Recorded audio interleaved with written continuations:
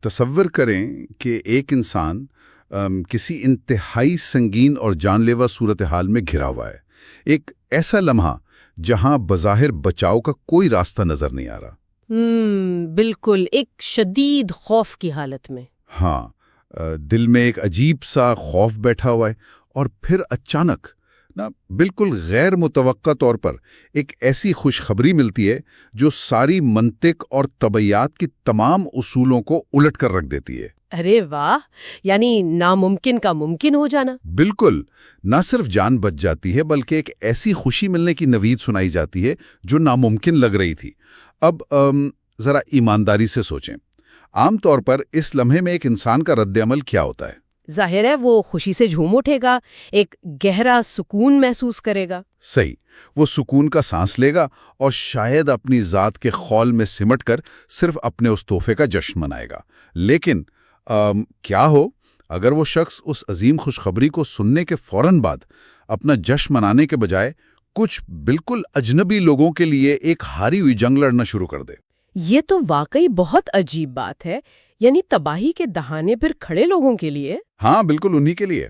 آج کے اس گہرے مطالعے میں ہم بالکل اسی غیر معمولی اور بظاہر ناقابل فہم انسانی نفسیات کا جائزہ لینے والے ہیں۔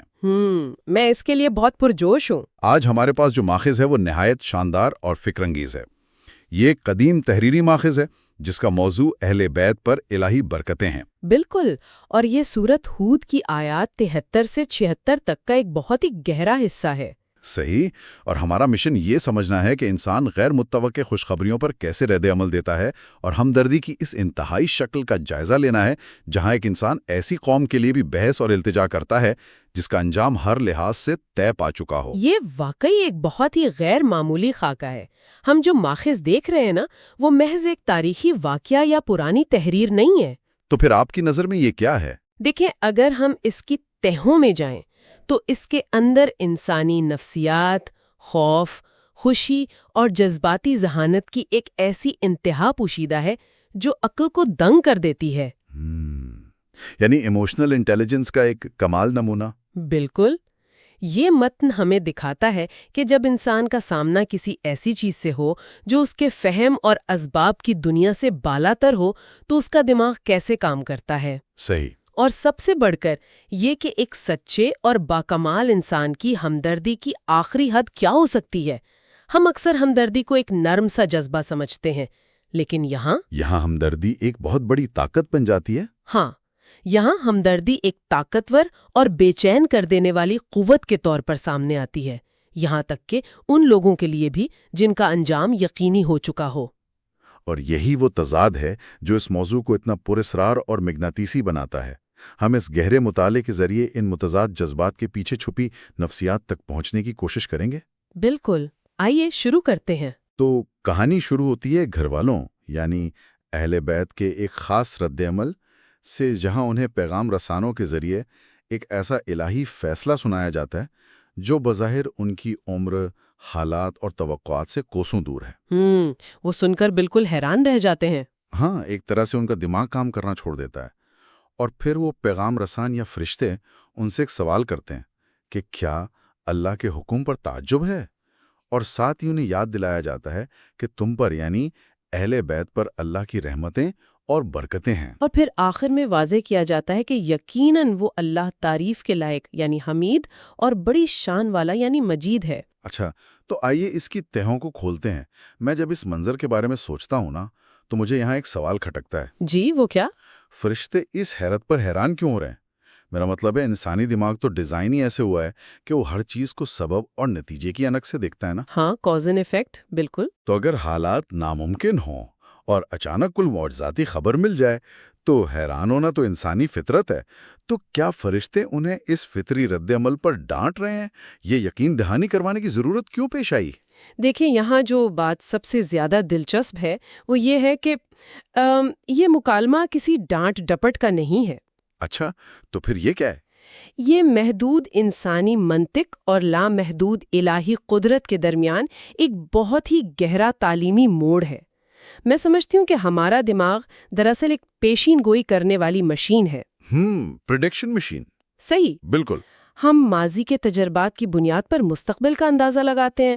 جب وہ پیشین گوئی غلط ثابت ہوتی ہے، جیسے کہ اس واقعے میں جہاں طبعی اسباب کے تحت خوشخبری کا کوئی امکان نہیں تھا، تو دماغ کو ایک جھٹکا لگتا ہے، جسے ہم حیرت کہتے ہیں۔ ہاں بالکل، فرشتے اس حیرت کو غلط نہیں کہہ رہے، بلکہ وہ اس حیرت کے زاویے کو درست کر رہے ہیں۔ زاویہ درست کر رہے ہیں مطلب؟ وہ کہہ رہے ہیں کہ تم اس خبر کو انسانی اسباب کے پیمانے پر ماپ رہے ہو، اس لیے حیران ہو۔ اگر تم اسے اس ذات کے پیمانے پر ماپو جو سبب کا محتاج ہی نہیں، تو حیرت کیسی؟ ارے واہ، یعنی وہ انہیں فریم آف ریفرنس تبدیل کرنے کا کہہ رہے ہیں۔ وہ کہہ رہے ہیں کہ خبر پر توجہ دینے کے بجائے خبر دینے والے کی قدرت پر توجہ دو۔ بالکل درست تجزیہ ہے، اور اسی لیے اس گفتگو کے اختتام پر اللہ کی دو بہت ہی خاص صفات لائی گئی ہیں، حمید اور مجید۔ حمید یعنی تعریف کے لائق، اور مجید یعنی بڑی شان والا۔ جی ہاں، حمید کا مطلب ہے وہ ذات جو ہر حال میں تعریف کے لائق ہے، جس کے کاموں میں کوئی خامی نہیں، اور مجید کا مطلب ہے بے پناہ عظمت اور وسعت والا۔ تو یہ الفاظ صرف القاب نہیں ہیں، بلکہ یہ ایک نفسیاتی ٹول ہے۔ جب ایک حیران انسان یہ سوچتا ہے کہ فیصلہ کرنے والا مجید ہے، یعنی اس کی قدرت کی کوئی سرحد نہیں، تو دماغ کی وہ حیرت جو بے یقینی پیدا کر رہی تھی، وہ فوراً شکر، تسلیم و رضا اور ایک گہرے سکون میں بدل جاتی ہے۔ کیا بات ہے! یہ ہمیں سکھاتا ہے کہ جب زندگی میں کوئی ایسا لمحہ آئے جو عقل کو معوف کر دے، تو اس حیرانی کو قبولیت میں کیسے تبدیل کیا جاتا ہے۔ بالکل صحیح کہا آپ نے۔ یہ تو ایک کمال کا نفسیاتی زاویہ ہے، حیرت کو شکر میں ڈھالنے کا طریقہ۔ لیکن اب ہم اس کہانی کے اس حصے کی طرف بڑھتے ہیں جو میری نظر میں سب سے زیادہ چونکا دینے والا ہے۔ حیرت کا مرحلہ تو اب گزر گیا۔ ہاں، ماخذ ہمیں بتاتا ہے کہ جب میزبان یعنی ابراہیم کا خوف دور ہو گیا اور ان کے پاس خوشخبری پوری طرح آ گئی، تو اس کے بعد کہانی ایک نیا رخ لیتی ہے۔ اور وہ رخ بہت غیر متوقع ہے۔ نہایت غیر متوقع۔ انہوں نے ان فرشتوں یا پیغام رسانوں سے قوم لوط کے معاملے پر بحث شروع کر دی۔ یہاں وہ موڑ ہے جہاں صورتحال واقعی بہت دلچسپ ہو جاتی ہے۔ بالکل، یہ انسانی نفسیات کے ترازو میں تولنے والی بات ہے۔ ذرا رکیے اور اسے سوچئے، جب ہم پر سے کوئی بہت بڑا دباؤ ہٹتا ہے، کوئی ایسا خوف جو جان لیوا لگ رہا ہو وہ اچانک ختم ہو جائے اور الٹا کوئی زبردست خوشخبری مل جائے، تو ہم کیا کرتے ہیں؟ ہم تو شاید خوشی سے پاگل ہی ہو جائیں گے۔ میں اپنی بات کروں تو میں سجدے میں گر جاؤں گا، دروازے بند کر کے سکون کی نیند سوؤں گا کہ شکر ہے میری جان چھوٹی۔ لیکن یہاں یہ شخص کیا کر رہا ہے؟ وہ اپنی خوشی کو ایک طرف رکھ دیتا ہے۔ بالکل۔ وہ فوراً ان لوگوں کا مقدمہ لڑنا شروع کر دیتا ہے جن پر عذاب آنے والا ہے۔ مجھے تو یہ بات ہضم نہیں ہو رہی، کوئی اپنی نجات کے بعد اتنا بے غرض کیسے ہو سکتا ہے؟ یہ ایک بہت گہرا سوال ہے۔ اور تھوڑی دیر کے لیے سوچیں، کیا فرشتوں سے بحث کرنا جو کہ الہی فیصلہ لے کر آئے ہیں، ایک طرح کی بغاوت یا گستاخی نہیں لگتی؟ دیکھیں، اگر ہم اس بات کو وسیع تر تناظر میں دیکھیں نا، تو یہ ایک سچے رہنما اور ایک عام انسان کے درمیان کا سب سے بڑا اور بنیادی فرق ہے۔ وہ کیسے؟ عام انسان کی ہمدردی، جیسا کہ آپ نے کہا، اس کے اپنے تحفظ سے مشروط ہوتی ہے۔ جب وہ خود خطرے میں ہو تو وہ دوسروں کا نہیں سوچ سکتا۔ ہاں، اور جب وہ محفوظ ہو جائے تو وہ اپنی ذات کے خول میں بند ہو جاتا ہے۔ بالکل۔ بالکل۔ لیکن یہاں جس کردار کی بات ہو رہی ہے، ان کی ہمدردی بقا کی جبلتوں سے آزاد ہو چکی ہے۔ ان کا اپنا خوف ختم ہو چکا ہے، لیکن انسانیت کے لیے ان کا درد اس قدر شدید ہے کہ وہ الہی پیغام رسانوں کے سامنے کھڑے ہو گئے ہیں۔ اور میری اس بات کا کیا کہ یہ بغاوت لگتی ہے؟ ہاں، آپ نے پوچھا کہ کیا یہ بغاوت نہیں؟ اصل میں متن میں جو لفظ استعمال ہوا ہے، یجادلونا، وہ بحث یا جھگڑے کے معنوں میں تو آتا ہے، لیکن یہاں اس کی نوعیت سرکشی والی نہیں ہے۔ تو پھر یہ کیا ہے؟ ایک التجا؟ بالکل، یہ ایک التجا کی، ایک منت سماجت کی شدت ہے۔ وہ کوئی ذاتی فائدہ نہیں مانگ رہے، بلکہ وہ اس امید پر دلائل دے رہے ہیں کہ شاید کسی بھی طرح ان تباہ ہونے والے لوگوں کو سدھرنے کا ایک اور موقع مل جائے۔ ارے واہ! یہ بغاوت نہیں، یہ انسانیت سے وہ شدید محبت ہے جو ایک عظیم انسان کو بے چین کیے رکھتی ہے۔ یعنی وہ جانتے ہیں کہ فرشتے جو فیصلہ لائے ہیں وہ حتمی ہو سکتا ہے، لیکن ان کا ضمیر انہیں خاموش نہیں بیٹھنے دے رہا، وہ خاموش تماشائی نہیں بننا چاہتے۔ بالکل صحیح. وہ اس بات کی پرواہ نہیں کر رہے ہیں کہ فیصلہ آ چکا ہے. ان کا درد اتنا سچا ہے کہ وہ آخری لمحے تک کوشش کرنا اپنا فرض سمجھتے ہیں. یہ اس بات کی نشاندہی کرتا ہے کہ اعلیٰ ترین اخلاقی مقام پر پہنچنے کے بعد انسان دنیا سے کٹ نہیں جاتا، بلکہ وہ دنیا کے درد کو اپنے اندر اور زیادہ شدت سے محسوس کرنے لگتا ہے. ان کے لیے کسی اور کی تباہی کا خیال بھی ان کی اپنی خوشی پر بھاری پڑ گیا تھا. یہ بات سن کر ایک عجیب سی جھرجھری آ جاتی ہے. بالکل ایسا ہی ہے. اپنی خوشی کے عروج پر کسی اور کی تباہی کا اتنا گہرا دکھ محسوس کرنا کوئی عام بات نہیں ہے، اور یہی وہ چیز ہے جو مجھے اس گہرے مطالعے کے اگلے حصے کی طرف لے جاتی ہے. جی بتائیے. وہ کیا جذبہ تھا، وہ کون سا نفسیاتی سانچہ تھا جس نے انہیں اتنی شدت سے التجا کرنے پر مجبور کیا؟ اس کا جواب ہمیں ماخذ کے اگلے حصے میں ملتا ہے، جہاں اس کردار کی شخصیت کے خد و خال بیان کیے گئے ہیں. ہاں، ان کے لیے 3 بہت ہی خاص الفاظ استعمال ہوئے ہیں: حلیم، اواہ اور منیب. صحیح. حلیم کا مطلب بردبار اور تحمل والا، اواہ کا مطلب ہے بہت آہیں بھرنے والا یا انتہائی درد مند، اور منیب کا مطلب ہے اللہ کی طرف رجوع کرنے والا. بالکل. میں اسے اپنے ذہن میں ایک ایسی مثال سے سمجھنے کی کوشش کر رہا ہوں. فرض کریں ایک بہت ہی مخلص اور درد مند ڈیفنس لائر ہے. ایک وکیل جو عدالت میں کھڑا ہے. ہاں، ڈی این اے ثبوت آ چکے ہیں، جوری نے فیصلہ کر لیا ہے، جج کا ہتھوڑا بس گرنے ہی والا ہے، لیکن وہ وکیل پھر بھی جذبات کی آخری حد تک جا کر اپنے موکل کے لیے التجا کر رہا ہے. صحیح. اس لیے نہیں کہ وہ اندھا ہے، بلکہ اس لیے کہ وہ ایک انسان کو تباہ ہوتے نہیں دیکھ سکتا. بالکل. تو کیا میری یہ مثال ٹھیک ہے؟ یہ ایک نہایت شاندار اور جامع مثال ہے. وہ وکیل حقائق کو جھٹلا نہیں رہا، بلکہ وہ ہمدردی کے اصول پر آخری دم تک کھڑا ہے. لیکن یہاں میرے ذہن میں ایک شدید الجھن پیدا ہو رہی ہے. کیسی الجھن؟ ایک طرف آپ کہہ رہے ہیں کہ وہ اواہ ہیں، یعنی آہیں بھرنے والے، شدت سے رونے والے، جن کا دل درد سے پھٹا جا رہا ہے، اور دوسری طرف وہ حلیم ہیں، یعنی انتہائی بردبار، پرسکون اور تحمل والے. یہ تو واقعی متضاد لگ رہا ہے. یہ سراسر ایک دوسرے کی ضد ہیں. اگر کوئی شخص درد سے آہیں بھر رہا ہو، انتہائی جذباتی ہو، تو اس کا تحمل تو ختم ہو جاتا ہے نا، وہ تو اپنے حواس کھو بیٹھتا ہے. بالکل. اور اگر وہ بہت بردبار اور ٹھنڈے دماغ کا ہو تو وہ اتنی شدت سے آہیں کیسے بھر سکتا ہے؟ کیا کوئی انسان بے وقت ایک جذباتی طوفان اور ایک پرسکون سمندر ہو سکتا ہے؟ آپ نے بالکل درست مقام پر انگلی رکھی ہے. یہ وہ تضاد ہے جو عام انسانوں کو سمجھنے میں مشکل پیش آتی ہے. تو پھر اسے کیسے سمجھیں؟ در حقیقت یہی وہ توازن ہے جو ایک شخص کو عظیم رہنما بناتا ہے. آئیے ان الفاظ کے اندر چھپی نفسیاتی اور جذباتی ذہانت کو ڈی کوڈ کرتے ہیں. ہاں پلیز. آہا ہونا یعنی آہیں بھرنا انسان کی جذباتی گہرائی کو ظاہر کرتا ہے. اس کا مطلب ہے کہ ان کا دل پتھر نہیں تھا، وہ دنیا کے دکھ کو اپنے سینے میں محسوس کرتے تھے. یعنی ان کی ہمدردی بہت عروج پر تھی. بالکل. جب ہمدردی عروج پر ہوتی ہے تو انسان اندر سے ٹوٹ جاتا ہے. لیکن اگر یہ ہمدردی بے قابو ہو جائے تو وہ انسان کو نفسیاتی طور پر مفلوج کر دیتی ہے. صحیح. ہم نے دیکھا ہے کہ جب لوگ بہت زیادہ جذباتی ہوتے ہیں تو وہ غصے میں آ جاتے ہیں، تلخ ہو جاتے ہیں، یا الٹے سیدھے فیصلے کرنے لگتے ہیں. بالکل، جیسے ہم جذباتی بریک ڈاؤن کہتے ہیں. جی ہاں، جذباتی بریک ڈاؤن. اور یہیں پر حلیم ہونے کا کمال سامنے آتا ہے. حلیم ہونا اس بات کی گارنٹی ہے کہ ان کے اندر کا یہ جذباتی طوفان، یہ شدید درد ان کے اعصاب پر حاوی نہیں ہوتا. ارے واہ، یہ تو بہت گہری بات ہے. ان کا ہمدردی سے بھرا دل انہیں فرشتوں سے بحث پر مجبور ضرور کر رہا تھا، لیکن ان کی حلم یعنی بردباری نے اس بحث کو تلخی، غصے یا سرکشی میں بدلنے نہیں دیا. یعنی وہ چیخ نہیں رہے تھے، وہ دلیری کے ساتھ مگر انتہائی شائستگی سے التجا کر رہے تھے. بالکل درست. یہ اس بات کا ثبوت ہے کہ بہترین ہمدردی وہ نہیں جو انسان کو اندھا کر دے، بلکہ وہ ہے جو درد کو محسوس بھی کرے اور ہوش کو بھی قائم رکھے. کیا کمال کا توازن ہے. اور وہ تیسرا لفظ کیا تھا؟ منیب.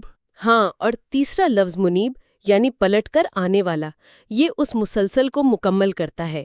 یعنی ساری بحث اور جذباتی کشمکش کا ایک مرکز بھی تھا. بالکل.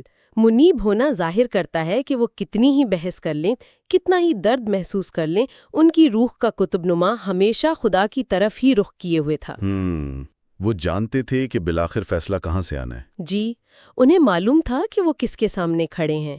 یہ وہ مقام ہے جہاں انسان دنیا والوں کے لیے تڑپتا بھی ہے، کمال کی برداشت بھی دکھاتا ہے اور اپنی امید صرف ایک ہی ذات سے وابستہ رکھتا ہے۔ یہ تو انسانی جذبات کی معراج ہے، تو اس سب کا آخر مطلب کیا نکلتا ہے؟ ہم نے دیکھا کہ ایک شخص جس کا دل درد سے بھرا ہے، جو انتہائی شائستگی اور تحمل سے ایک ایسی قوم کے لیے بحث کر رہا ہے جسے وہ شاید جانتا بھی نہیں، تو اس التجا کا، اس زبردست مقدمے کا انجام کیا ہوتا ہے؟ کیا یہ التجا قبول ہوتی ہے؟ یہ وہ سوال ہے جو ہمیں اس گہرے مطالعے کے آخری حصے کی طرف لے جاتا ہے۔ اور یہ حصہ بہت ہی بھاری ہے۔ ہاں، یہاں اچانک وہ ہوتا ہے جسے سن کر دل تھم سا جاتا ہے۔ ایک اٹل فیصلہ سنایا جاتا ہے، اللہ کا واضح حکم آتا ہے کہ اے ابراہیم، اس بات سے درگزر کرو۔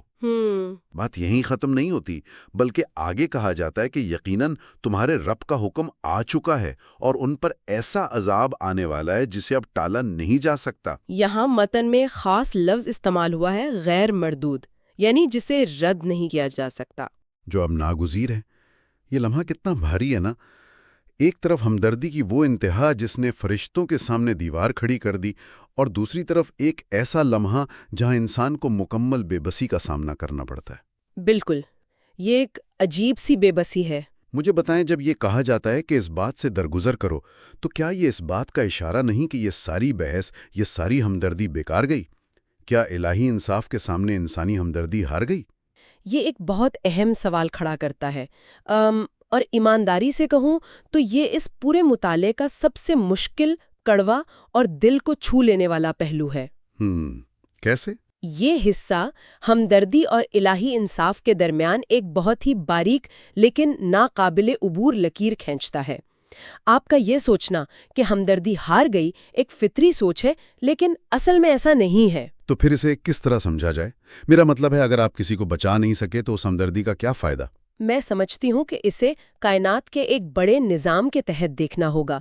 ہمدردی انسان کا سب سے خوبصورت جذبہ ہے، لیکن اس دنیا کا نظام محض جذبات پر نہیں چل سکتا۔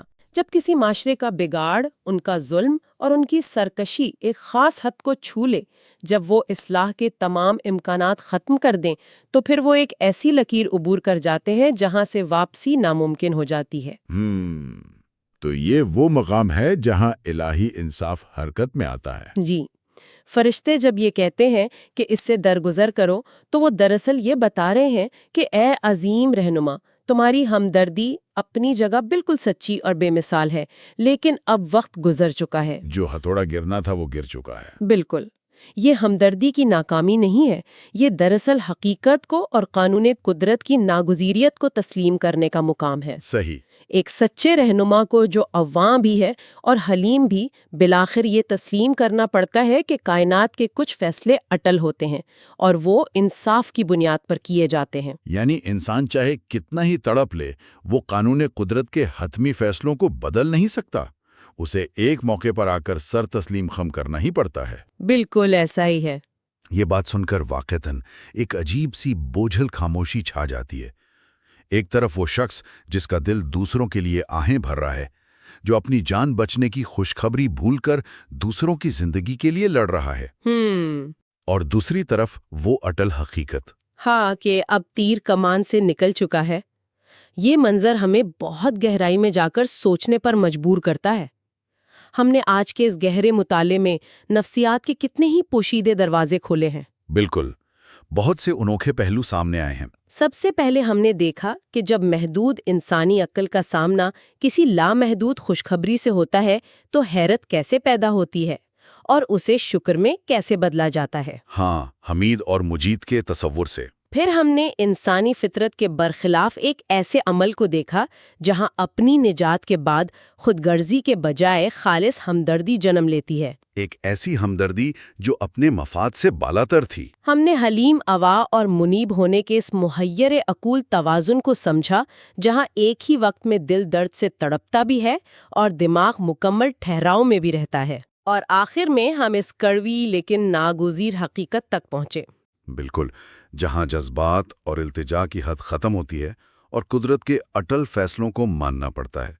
اس ساری گفتگو کو سمیٹتے ہوئے جب میں اس آغاز کی طرف واپس جاتا ہوں جہاں ہم نے ہمدردی کی اس انتہائی شکل کا ذکر کیا تھا، تو ایک آخری بہت ہی چبھتا ہوا خیال ذہن میں ابھرتا ہے، اور یہ ایک ایسا سوال ہے جو سننے والوں کے لیے کہ وہ اس پر خود تنہائی میں غور کریں۔ جی ضرور بتائیں۔ ہماری اپنی زندگیوں میں بھی بعض اوقات ایسے موڑ آتے ہیں جب ہمارا کوئی بس نہیں چلتا، جب ہم کسی اپنے کو یا کسی اجنبی کو ڈوبتے ہوئے دیکھتے ہیں، ہم لاکھ کوشش کرتے ہیں، بحث کرتے ہیں، التجائیں کرتے ہیں، لیکن تقدیر کا فیصلہ اٹل ہوتا ہے اور ہم انہیں بچا نہیں پاتے۔ بالکل، یہ بہت تکلیف دہ لمحہ ہوتا ہے۔ تو سوچنے کی بات یہ ہے کہ کیا اس وقت ہماری وہ ہمدردی، ہماری وہ آہیں اور ہمارا وہ درد رائے گاں جاتا ہے؟ کیا وہ ہار مان لینے کی وجہ سے بے معنی ہو جاتا ہے، یا شاید کیا؟ ذرا سوچئے گا، شاید کسی کو بچا نہ سکنے کے باوجود حتمی انجام جانتے بوجھتے ہوئے بھی اس کے لیے تڑپنا، اس کے حق میں آخری حد تک لڑنا بذات خود ہماری انسانیت کی، ہمارے اندر کے زندہ ہونے کی سب سے بڑی اور خوبصورت دلیل ہے۔ شاید ہمدردی کا مقصد ہمیشہ جیتنا نہیں ہوتا، بلکہ صرف یہ بتانا ہوتا ہے کہ ہم ابھی تک انسان ہیں۔ کیا بات ہے! واقعی حتمی انجام کے باوجود کسی دوسرے کے لیے درد محسوس کرنا اس بات کا سب سے بڑا ثبوت ہے کہ ہمارے سینے میں جو دل ہے وہ ابھی تک زندہ ہے۔ یہ بہت گہری بات ہے۔